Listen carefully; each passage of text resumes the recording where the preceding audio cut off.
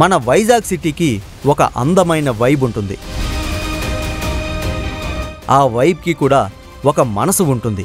ఆ మనసు ఎప్పుడూ ఈ సిటీలో ఉన్న ప్రజల మేలు కోరుకుంటుంది. వైజాగ్ రాజధానిగా ఉండాలని చెప్తుంది. వైజాగ్ స్టీల్ ప్లాంట్ ప్రైవేటు వ్యక్తుల చేతుల్లో పెట్టొద్దంటోంది. మరోసారి వైజాగ్ని కబ్జాదారులు, వ్యాపారులు, పెత్తందారుల చేతుల్లోకి వెళ్లనివ్వొద్దని చెప్తోంది. 3 పార్టీలు కుట్రలతో ముంచడానికి వస్తున్న తరుణంలో వైజాగ్ను రక్షించగల, వైజాగ్ వాయిస్ వినిపించగల నాయకుడిని ఎన్నుకోమంటుంది. వైజాగ్ వాయిస్ వినిపించగల నిష్పక్షపాత నాయకుడు ఎవరు అని అడిగితే బొత్స ఝాన్సీ లక్ష్మి అని చెప్తుంది.